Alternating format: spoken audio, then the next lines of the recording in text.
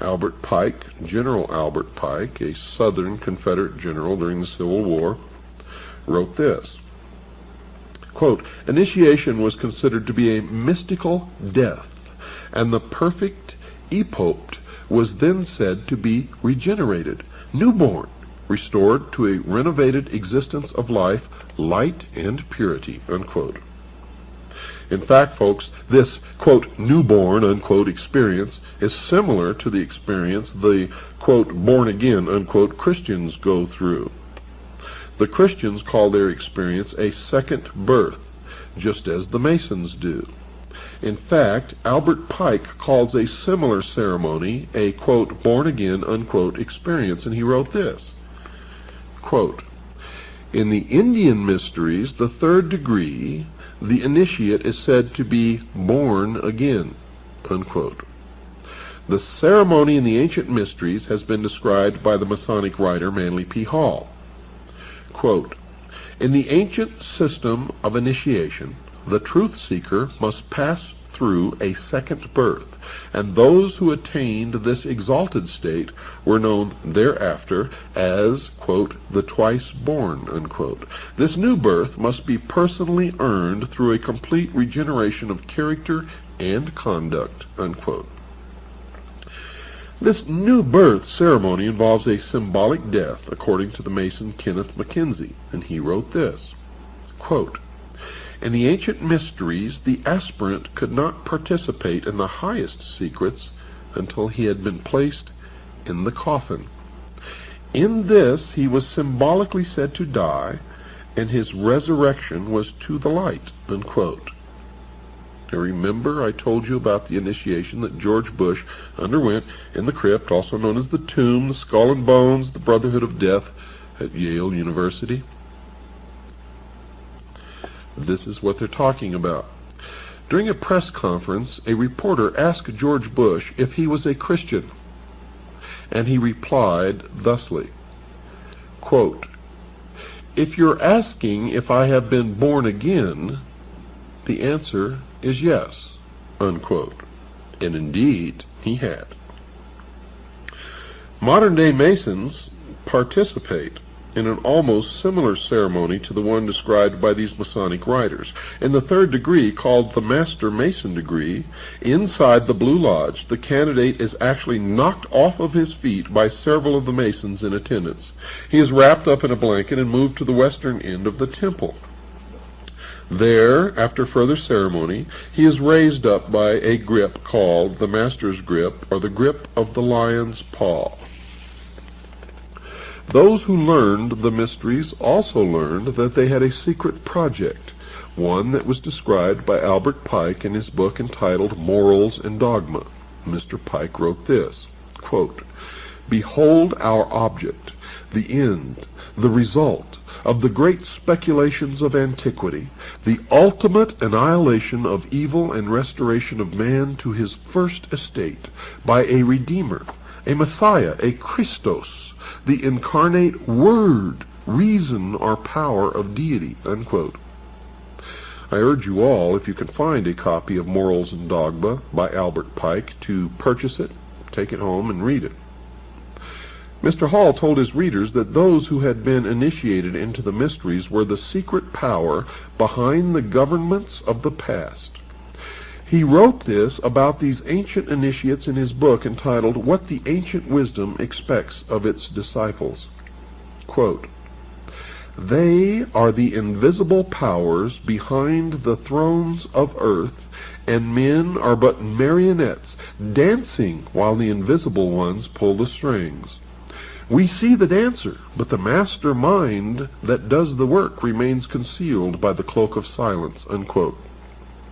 Remember, I told you folks that if you don't open your mind, and if you don't quit believing dogma, if you don't quit believing what people tell you, if you don't stop believing what Dan Rather tells you on the 6 o'clock news, or your local minister down at your church, or your mother, or the President of the United States, and if you don't start digging to find the truth yourself, you, the sheeple, are the marionettes dancing while the invisible ones pull the strings. And until you change that pattern of your life, you will always be the puppet on the end of someone else's string. And I know that that's not what you want to be, is it? Well, if it's not, change your life now.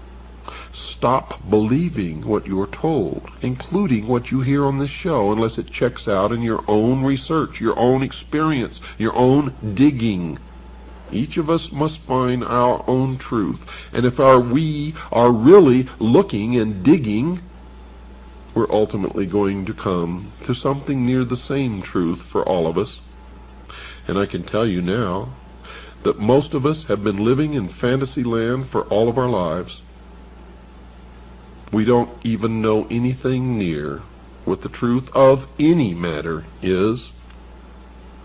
We must begin an honest search, starting from the beginning, wiping the slate clean, cleansing our mind, and looking at the world, beginning again, as though through the eyes of a newborn child. And you will find that most of what you've ever been taught in your entire life is a lie.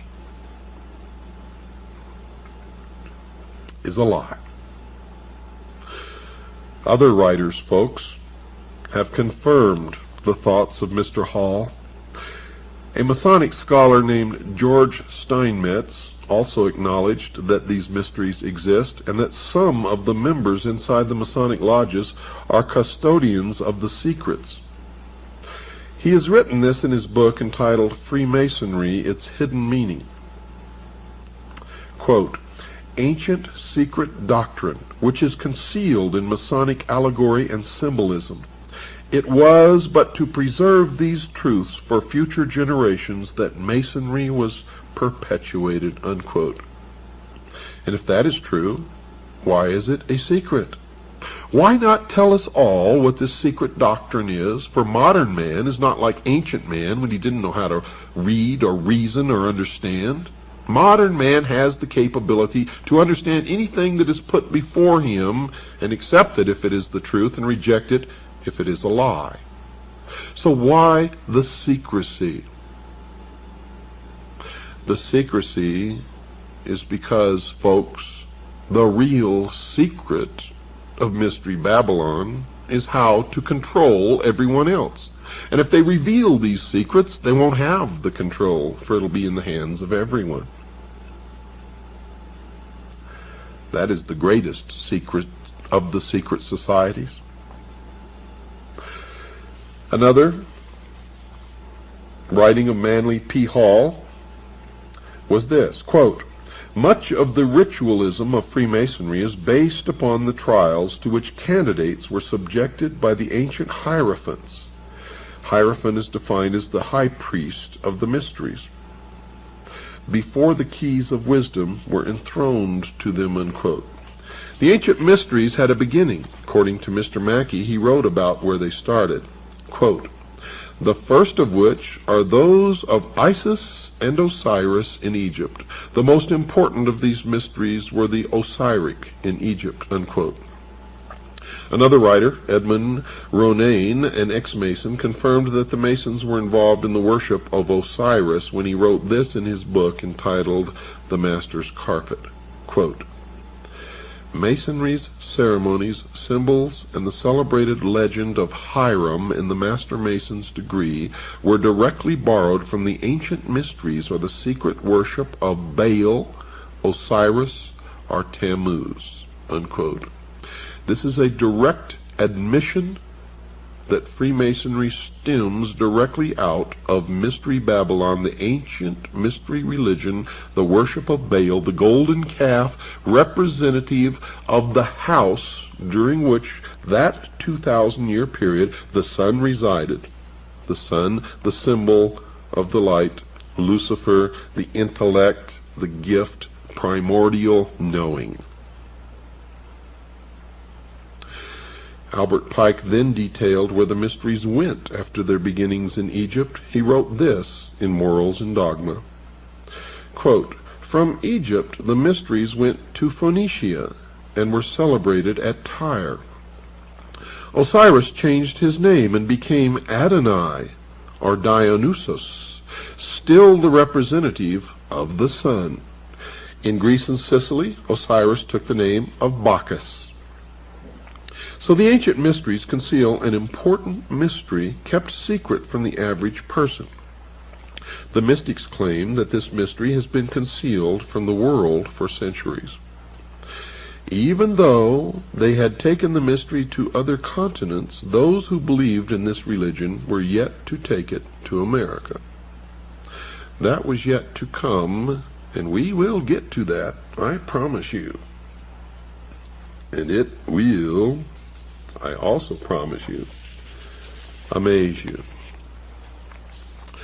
Lafayette, who was a very famous and noted pirate and a member of Freemasonry and the Knights Templar, said this, quote, "An invisible hand is guiding the populace," unquote.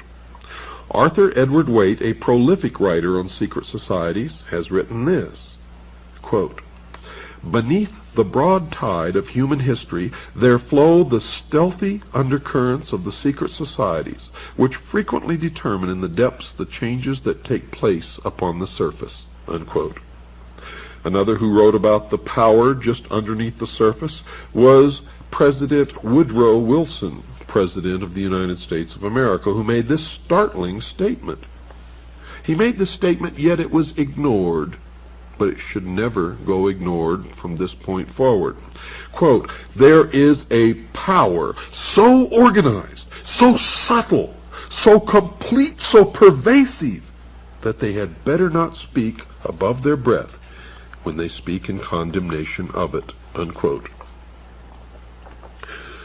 So these two writers have warned America that secret societies had been arranging the major events of the past, and President Wilson warned those who were quick to condemn these organizations that they had better be cautious.